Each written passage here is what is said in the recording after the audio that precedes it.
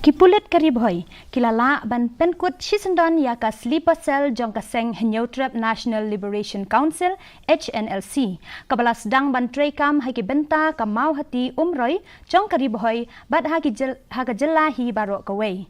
Haka bayadai bat kani Ki Pulit kilayo ban kem ya ki dekat ka Seng Hnlc kata usai frang pol pariat bat u kitbok mujai ki ba na kasnong umat bat u barnamas lengdo na kasnong Kyntu.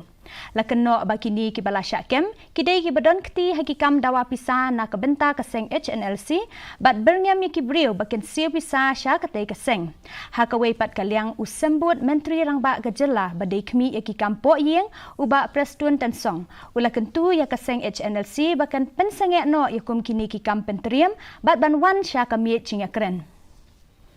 Its own course. I will not say anything on this. Let the law takes its own course, but my only appeal to any concern, let us not continue committing any